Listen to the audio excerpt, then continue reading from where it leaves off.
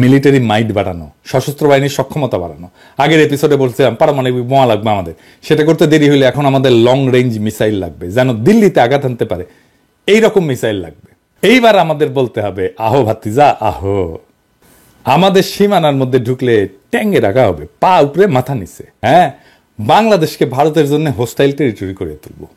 আমার মাটিতে বিডিআর বিদ্রোহের নামে আমার সেনা অফিসারকে হত্যা করিয়া আবার আমাদের সেনারা তাদেরকে উদ্ধারের জন্য যাইতে চাইলে বলো সেনা অভিযান করবা? এত মজা? ফেলানিকে মাইরা কাটাতারে ঝুলায় রাখবা, বাদ দিয়া নদী শুকায় আর বাচ্চারা ডুবায় মারবা, আমাদেরকে উই পোকা বলবা আর হাসিনাকে ক্ষমতায় রাখবা, আমাদের বুকের উপর দিয়ে ট্রানজিট নিবা, সব হান্দাই দেব পিছন দিয়া তেল ছাড়া। ইন্ডিয়ার সাথে আগামীতে কেমনে ডিল করতে হবে? ইন্ডিয়া তো সবসময় আমাদেরকে অধীনস্থ করে রাখার চেষ্টা করবে, পা চাপা দিয়ে রাখার চেষ্টা করবে। কেমনে এটা থেকে উদ্ধার পাবেন? আমাদের সাথে যা যা করছে হাসিনা আমলে, তার জন্য ইন্ডিয়ার সাথে কুত্তার মতো ব্যবহার করার বৈধ আর নৈতিক অধিকার আমাদের জন্মাইছে। হাসিনা যে ম্যাসাকার করছে তার পুরা দায়িত্ব ইন্ডিয়ার। হাসিনা যে ইন্ডিয়ার দাসী ছিল সেটা তো হাসিনাকে আশ্রয় দিয়ে প্রমাণ করছে, তাই কোনো মাপ নাই ইন্ডিয়ার। ইন্ডিয়ার লগে কোনো খাতির নাই। বাংলাদেশের কোনো উপদেষ্টা, বাংলাদেশের কোনো পলিটিশিয়ান যদি বলে যে আমরা ভারতের সাথে সম্পর্ক চাই, তার কলে খবর আছে, হ্যাঁ আমরা ধরবো তারে। আমেরিকা ইন্ডিয়ারে সর্বতভাবে সাপোর্ট দিয়ে গেছে, তাই ইন্ডিয়ার সাথে প্রকাশ্য শত্রুতা আর আমেরিকার সাথে শীতল সম্পর্ক, এটাই হবে আমাদের পররাষ্ট্রনীতি। ভারতের সাথে হওয়া সব চুক্তি বাতিল করতে হবে, বাংলাদেশে ভারতীয়দের চাকরি নিষিদ্ধ করতে হবে, বাংলাদেশে ভারতীয়দের বিনিয়োগ বন্ধ করতে হবে, যে সমস্ত ভারতীয় কোম্পানি আছে সেগুলো বিশেষ অডিট করতে হবে, বাংলাদেশের শ্রম আইন পরিবেশ আইন আছে না, কর পরিশোধ করছে কিনা, ভ্যাট পরিশোধ করছে কিনা, কোনো অনৈতিক কাজ করছে কিনা, এগুলো দেখতে হবে। আমি একটা এক্সাম্পল দিতে পারি কেমনে ধরা যাবে। হ্যাঁ, যেমন সান ফার্মা বাংলাদেশে কাজ করে না, ইন্ডিয়ান ফার্মা। ওই সান ফার্মা তো ডাক্তারদের ঘুষ দিয়ে প্রেসক্রিপশন লেখা হয়, এটা প্রমাণ করা 1-2 এর কাজ। এই অ্যালিগেশনে এই কোম্পানিকে বন্ধ করে দেওয়া যায়। সব ইন্ডিয়ান কোম্পানি ঘাপলা আছে, সেগুলো ধরা হবে। বাংলাদেশে ভারতের অর্থনৈতিক স্বার্থকে শূন্য করে দিতে হবে, কারণ আমাদের সব সময় মনে রাখতে হবে ভারতের সম্ভাব্য আগ্রাসন বাংলাদেশের উপরে। ভারতের ইতিহাস আছে, হায়দ্রাবাদকে দখল করে ফেলছে না, কাশ্মীরকে দখল করে ফেলছে না, সিকিমকে দখল করে ফেলছে না, ভুটানকে তার স্বাধীন পররাষ্ট্রনীতি পার্সু করতে দেয় না, একটা স্বাধীন দেশকে। এক্সাম্পল আছে না? তাই আমাদেরকে সবসময় মনে রাখতে হবে ভারত আগ্রাসন করতে পারে। তাইলে আমরা কি করতে হবে? আমাদের মিলিটারি মাইট বাড়ানো, সশস্ত্র বাহিনীর সক্ষমতা বাড়ানো। আগের এপিসোডে বলছিলাম পারমাণবিক বোমা লাগবে আমাদের, সেটা করতে দেরি হলে এখন আমাদের লং রেঞ্জ মিসাইল লাগবে, যেন দিল্লিতে আঘাত আনতে পারে এইরকম মিসাইল লাগবে। চীনের সাথে বাণিজ্যিক আর সামরিক সম্পর্ক বাড়াইতে হবে, প্রয়োজনে ভারত বিরোধী সামরিক জোট তৈরি করতে হবে, ওরা দৌড়ের উপরে রাখতে হবে সবসময়।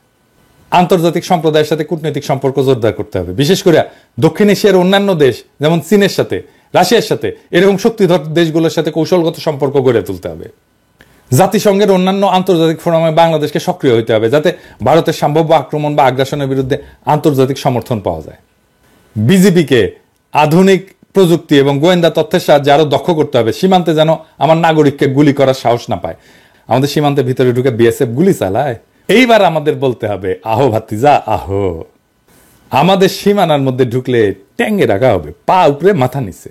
ট্রেনিং তো আছে, ঠোলা মেরে ট্যাঙ্গে রাখা হয়েছিল না, কামটা ভালো হয়েছিল কলে। হাসিনা পেলে একইভাবে ট্যাঙ্গে রাখা হয়নি, ওই ইতালিক মুসলিনিতে একইভাবে ট্যাঙ্গে রাখা হয়েছিল।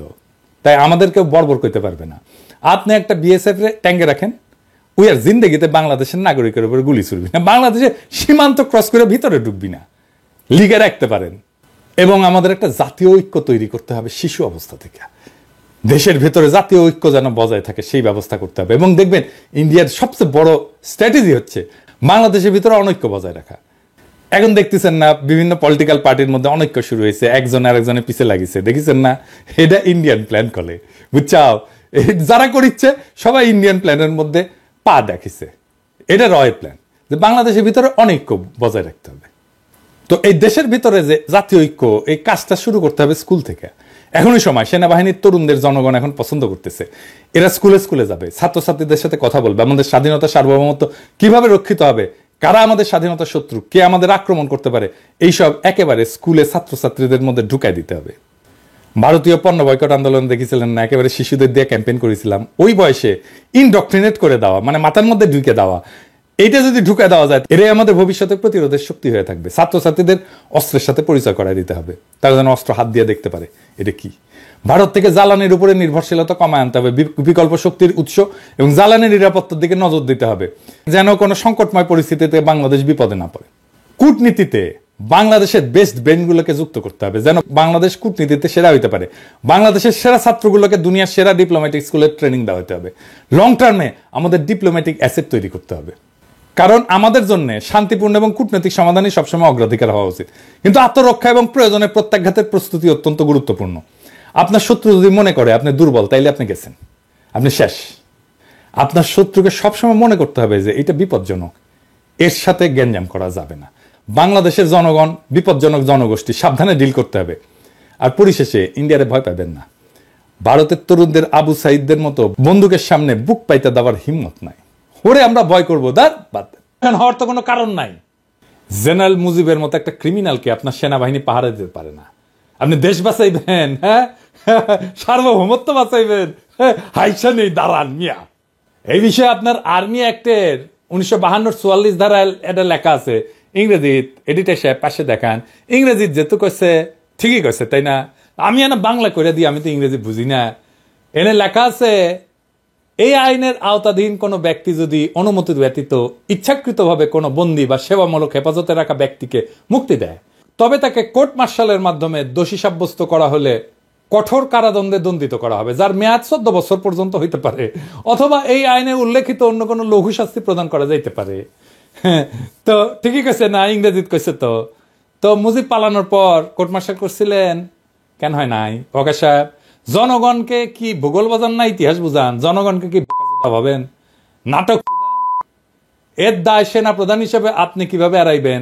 আপনার নাটকের ব্যাপারে সেজানের গানের লাইন বলে দিতেছি, তো দালাল রে মায়ের রে মাইরা দেশের বাইরে। Message clear, full stop. আমাদের চুপ রাখতে পারবেন না, আমরা কথা বলবোই। তা এইভাবে আইনের ভিত্তিতে বলবো, আইন দেখায় দেখায় বলবো।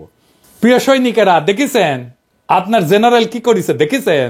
দেখেন, আপনি কইছেন যে আমরা যেন সেনাবাহিনীকে বিতর্কিত না করি। আমরা আপনাকে বলতেছি, আপনি ইন্ডিয়ার দালালি করার জন্য সেনাবাহিনীকে বিতর্কিত করেন না। আয়নাঘর পরিদর্শনে প্রধান উপদেষ্টারে কে বাধা দিচ্ছে? আপনি। গুম কমিশনের কাছে কে বাধা দিচ্ছে? আপনি। র্যাবের টিএফআই সেলে আন্তর্জাতিক অপরাধ ট্রাইব্যুনালের চিফ প্রসিকিউটরের পরিদর্শনের সময় টাইম বোমা পাওয়া গেছে। আপনার সেনাবাহিনী কখন ফেলতেছিল? এই সেলটা আপনাদের সেনাবাহিনীর লোকদের পরিচালনা করা হইতো, তাই না? হিসাব করে কথা কইবেন ওয়াকার সাহেব। আপনারা সিল মারার টাইম এসে গেছে। আয়নাঘরের মতো যে সমস্ত টর্চার সেল আপনি সেনাবাহিনীতে রাখিছেন বা এদের মূল হাতদের রক্ষায় আপনার যে ভূমিকা, সে বিষয়ে আর্মি অ্যাক্টের 1952 ধারা 51-তে কি কওয়া আছে ইংরেজিত? হ্যাঁ, কি কওয়া আছে? এডিটর সাহেব দেখান পাশে। ইংরেজিত যেহেতু কইছে ওয়াকার সাহেব, ঠিকই কইছে, তাই না? তো আমরা তো আর ইংরেজি বুঝি না, আমরা না বাংলা কইরা দেখি। হ্যাঁ, কি কইছে? এই আইনের আওতাধীন কোনো ব্যক্তি যদি বৈধ কারণ ছাড়া কোনো ব্যক্তিকে গ্রেপ্তার, আটক রাখে, কিন্তু তাকে বিচারিক প্রক্রিয়ার সম্মুখীন না করে বা তার মামলাটি যথাযথ কর্তৃপক্ষের কাছে তদন্তের জন্য উপস্থাপন করতে ব্যর্থ হয়, তবে তাকে কোর্ট মার্শালের মাধ্যমে দোষী সাব্যস্ত করা হইলে কঠোর কারাদণ্ডে দণ্ডিত করা হবে, যার মেয়াদ 2 বছর পর্যন্ত হইতে পারে, অথবা এই আইনে উল্লেখিত অন্য কোনো লঘু শাস্তি প্রদান করা যেতে পারে। হ্যাঁ, সৈনিক ভাইরা, দেখেছেন? হ্যাঁ, দেখেছেন সেনা আইনে কি আছে? আপনাদের জেনারেলরা কি করেছে দেখেছেন? তো আগার সাহেব, কোর্ট মার্শাল কই? তা না কইরা আপনি কমিশনের কাছে বাধা দিচ্ছেন, নাকি হুকুমের আসামি হিসেবে ফাইসে যাওয়ার ভয় দেখতেছেন? অনেক সুযোগ দিচ্ছি আপনারে। আপনি দেশের কাজ না কইরা হাসিনার, ইন্ডিয়ার আর আওয়ামী লীগের পুনর্বাসনের জন্য কাজ করতেছেন। তা আপনি তো ফিজিক্যালি আনফিট, আপনার হার্টের নাকি সমস্যা। তো কি সমস্যা? আপনি কিভাবে সেনা প্রধান হয়েছেন তা কি আমরা জানি না? স্বৈরাচারের আত্মীয় কোটায় আপনি সেনা প্রধান হয়েছেন, হাসিনার আত্মীয় কোটায়। আপনার নিরপেক্ষ ভোট দেওয়া স্বাস্থ্য পরীক্ষার আহ্বান জানাইতেছি। দেশের সার্বভৌমত্ব আপনার মতো দুর্বল হৃদয়ের ভারতবাদী সেনা প্রধান দেওয়া হবে না। ভয় আমরাও দেখাইতে পারি, ভয় আমাদের চিরজীবনই দেখাইছে। হ্যাঁ, ভয়ে ভয়ে ভয় জীবনটাই কেটে গেছে। ভয় হাসিনাও দেখাইছিল, ওই ভয় আমাদের দেখায় না। খাড়া হইয়া দাঁড়াইতে পারেন না, দুর্বল হাট, মোটা ভুড়ি, আবার ডর দেখান। হ্যাঁ, আসলে ডরাইছি। আপনি তো হাসিনারে তেলাইতে তেলাইতে জীবন নষ্টাগত। শহীদ সেনা দিবসের বক্তব্যে বললেন, আমার সাথে ডক্টর ইউনূসের কথা হয়েছে। তো মাননীয় প্রধান উপদেষ্টা কি আপনার খালু লাগে? শাশুড়িকে তো আম্মা দেখতেন, এখন সম্মানের এত অভাব কেন? সরকারকে মানতে ইচ্ছা করে না, নাকি সরকার পছন্দ হয় নাই? আমাদের জনগণের আপনাকে পছন্দ ছিল না, প্রফেসর ইউনূসের কারণে আপনারা তো আমরা কিছু বলি নাই, কিন্তু আপনার স্বভাব তো আওয়ামী লীগের মতো। আসেন, আপনারা মিলিটারি একাডেমি শিখাইতে যেটা পারে নাই তা আজকে শিখাই দিই। আসেন ওয়াকার সাহেব, আপনারা এনা ক্লাস নিন। একটু ওয়ারেন্ট অফ প্রেসিডেন্স দেখি। ওয়ারেন্ট অফ প্রেসিডেন্স হইল সেই আইন যার দ্বারা সরকারের বিভিন্ন পদের পারস্পরিক জ্যেষ্ঠতা নির্ধারণ করা হয়, কে কার চাইতে বড়। সেখানে মাননীয় প্রধান উপদেষ্টার অবস্থান 2 নম্বরে, আপনার অবস্থান 12 নম্বরে, তাও মন্ত্রী পরিষদ সচিবের পরে। তার মানে আপনি এক বক্তব্যে 2টা বেয়াদবি করেছেন। প্রথম বেয়াদবি, আপনি মাননীয় প্রধান উপদেষ্টাকে ডক্টর ইউনূস বলে সম্বোধন করেছেন। আবার আরো বলছেন যে সকল প্রতিষ্ঠান ভেঙে পড়ছে, শুধু সেনাবাহিনী টিকে আছে। আপনি এই কথা দিয়ে পুরা সিভিল প্রশাসনকে অপমান করেছেন, যার প্রাতিষ্ঠানিক অভিভাবক মন্ত্রী পরিষদ সচিব। আপনি আপনার 2 জন সুপিরিয়রকে অপমান করেছেন। আপনার এই সাহসকে দিল ওয়ারেন্ট অফ প্রেসিডেন্স ভাঙার, এইটা আপনি চাকরি বিধি লঙ্ঘন করেছেন। আর্মি অ্যাক্ট 1952 ধারা 33 মতে, ইংরেজি যেহেতু কইছে ঠিকই কইছে তাই না, পাশে লিখে দেন। তো আমরা তো ইংরেজি বুঝি না, আমরা না বাংলা কই তাই না। আজ একটা জিনিস কন্ত ওয়াকার সাহেব, আপনার বাপ তো একটা শ্রদ্ধাভাজন আইনজীবী ছিলেন, বিচারকা ছিলেন, তো আপনি আইনের কিছুই তো শিখেন নাই। আপনার বাপেরও যদি কিছু শিখলেনি তাও একটা কাম হইলেনি। তো এই এলাকা আছে, এই আইনের আওতাধীন কোনো ব্যক্তি যদি তার ঊর্ধ্বতন কর্মকর্তার, যিনি মাননীয় প্রধান উপদেষ্টা এবং মন্ত্রী পরিষদ সচিব, যারা ব্যক্তিগতভাবে প্রদত্ত কোনো বৈধ আদেশ ইচ্ছাকৃতভাবে অমান্য করেন, এতে কর্তৃপক্ষের প্রতি বিদ্রোহের স্পষ্ট প্রমাণ পাওয়া যায়, এবং তিনি যদি জেনে বা বিশ্বাস করার যথেষ্ট কারণ থাকা সত্ত্বেও আদেশ অমান্য করেন, তবে তাকে কোর্ট মার্শালের মাধ্যমে দোষী সাব্যস্ত করা হলে কঠোর কারাদণ্ডে দণ্ডিত করা হবে, যার মেয়াদ 14 বছর পর্যন্ত হইতে পারে, অথবা এই আইনে উল্লেখিত যে কোনো লঘু শাস্তি প্রদান করা যেতে পারে। মানে হইলো, এই বেয়াদবির জন্য ওয়াকারের 14 বছর সশ্রম কারাদণ্ড হওয়ার বিধান আছে। তার মানে আয়না ঘরের জন্য 14 বছর, আইন বহির্ভূত গ্রেপ্তারের জন্য 2 বছর, আর বেয়াদবির জন্য 14 বছর, মোট 30 বছর সাজা জেনারেল সাহেবের প্রাপ্য। তো স্যার, এই 30 বছর আপনার হাসিনার অনেক লেসপেন্সারকে সাথে পাইবেন, তাদের সাথে জেলে বৈশা দেশ গড়ার আলাপ করেন। আপনার শুভকামনা জানাইলাম আগে থেকেই। আরো ইস্যু আছে, একদিন আর কইলাম না, আপনার ওর হার্টের সমস্যা, তো একদিনে মেলা চাপ দিলাম না আর কি। আবার কইমুনি এই সেকেন্ড এপিসোডে আর কি আপনার প্রতি আসিচ্ছে। তো এই প্রথমে একটা কথা কই, এটা শেষ কথা কই আনি, যে আপনার উপরে আইনটা কেমনে প্রয়োগ করা হবে সেটা না দেখে দিই, তাই না। এইসব বিধানের একটাই সমস্যা, তা হইল যে সেনা আইনের অজুহাত। সেনা প্রধানের উপরে সেনা আইন প্রয়োগ করবে কে, সেটা একটা বড় প্রশ্ন, কিন্তু এর সমাধান আছে। আমার কাছে কাল সব প্রবলেমের সলিউশন আছে। দেশের সর্বোচ্চ আদালত সুপ্রিম কোর্ট, যারা সাংবিধানের ব্যাখ্যা দিতে পারেন, তাই এই সমস্যার সমাধান দিতে পারেন সুপ্রিম কোর্ট। আমি মাননীয় প্রধান বিচারপতিকে অনুরোধ করব, আপনি একটা সুমোটো বা স্বতঃপ্রণোদিত রুল জারি করেন এবং সেনা প্রধানকে ওয়ারেন্ট অফ প্রেসিডেন্স এবং সেনা আইন লঙ্ঘনের বিষয়ে ব্যাখ্যা দিতে আদালতে ডাকেন। বিচার বিভাগ স্বাধীন এবং তার স্বাধীনতা প্রমাণের এটাই সবচেয়ে বড় সুযোগ। আশা করি এই সুযোগ আমাদের মাননীয় প্রধান বিচারপতি নষ্ট করবেন না। প্রধান বিচারপতি একজন দক্ষ এবং যোগ্য মানুষ। আশা করি আপনি বিচার বিভাগের প্রতি জনগণের আস্থা ফিরিয়ে আনতে ছোট্ট কাজটা করবেন। আমাদের দুর্নীতি দমন কমিশনের প্রতি অনুরোধ, 111-এর সময় যত সেনা কর্মকর্তা মাঠে দায়িত্ব ছিল তাদের সম্পদের অনুসন্ধান করেন, সব খুঁজে টেনে টেনে বের করেন। হ্যাঁ, ওইটা সম্পদ ধরে টান দিবেন, সব সোজা রোলারের মতো সোজা হয়ে যাবে। আওয়ামী লীগের সময় পদোন্নতি পাওয়া কর্নেল র্যাঙ্কের উপরে সবার উপরে অনুসন্ধান চালান। যারা সড়ক এবং জনপদের প্রকল্প পরিচালক ছিল তাদের এই অনুসন্ধানের আওতায় আনেন, দেখবেন অনেক সমস্যার সমাধান হয়ে যাবে। সব সমস্যার সমাধান আছে, বুঝছাও। মন্ত্রী পরিষদ সচিব আর প্রধান উপদেষ্টা মুখ্য সচিব আপনাদের নেতৃত্বে সিভিল প্রশাসনকে যে অকার্যকর বলছে তার প্রতিবাদ করেন। আপনাদের দিকে পুরা সিভিল প্রশাসন তাকায় আছে। আপনারাই প্রথম রাতের নির্বাচনে কুশীলবদের চাকরিচ্যুত করছেন, এতে প্রশাসনের সম্মান বাড়ছে। আর্মি চিফের এমন লজ্জাজনক মন্তব্যের প্রতিবাদ করেন। আমরা এই ক্ষেত্রে সিভিল প্রশাসনের পক্ষে, জনতা তার সেবকদের সম্মান দিতে চায়। জুলাই বিপ্লবের গণহত্যায় যে বাহিনী জনগণের উপর গুলি চালাইছে তাদের থেকে দেশ গঠন আর সার্বভৌমত্বের লেকচার 5ই আগস্টের পর নতুন বাংলাদেশের সবচেয়ে বড় প্রহসন। ওয়াকার সাহেব, আপনি দুর্বল হৃদয়ের মানুষ, হারকুলিস হইতে যায় না। রাজনীতির মাঠ বড় পিচ্ছিল, এখানে খেলা অত সহজ না। 18 বছর থেকে আপনি যখন লেফট রাইট করেছিলেন তখন আমরা রাজনীতির রাজা উজির মারি। বাংলাদেশে ইন্ডিয়ার লেসপেন্সারি করার কোনো দল, কোনো ইনস্টিটিউট টিকতে পারবে না। Full stop, period. হাসিনা পারেনি, পুলিশ র্যাব বিজিবি পারেনি, সেনা শাসনের ডট দেখায়েন না।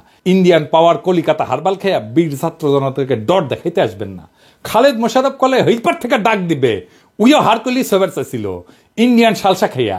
আবার আওয়ামী শাসন, ভারতীয় আধিপত্যবাদ ফিরে আনতে চাইছিল। ওই ইতিহাস রিপিট করতে চাইলে স্বাগতম। আপনি যে আওয়াজ দেন আমরা দেশে ফিরলে সামলাইতে পারবেন, হুদাই ফাল পাইলেন না। আমরাও শান্তি চাই দেশে, আমরাও স্থিতিশীলতা চাই, কিন্তু কোনোভাবেই ইন্ডিয়ার তালুকদারি আর হাসিনার আওয়ামী লীগের প্রত্যাবর্তনের বিনিময়ে না। ইন্ডিয়ান স্বার্থ পুনর্বহাল আর আওয়ামী লীগের পুনর্বাসনের চেষ্টা করলে আমরাও এর শেষ দেখে ছাড়বো। পরে কয়েন না সাবধান করি নাই, সাবধান। আপনারে হুমকি আমরাও দিতে পারি, কেন আমরাই জনতার কণ্ঠস্বর, আমরাই দেশের মালিক। ইনকিলাব জিন্দাবাদ।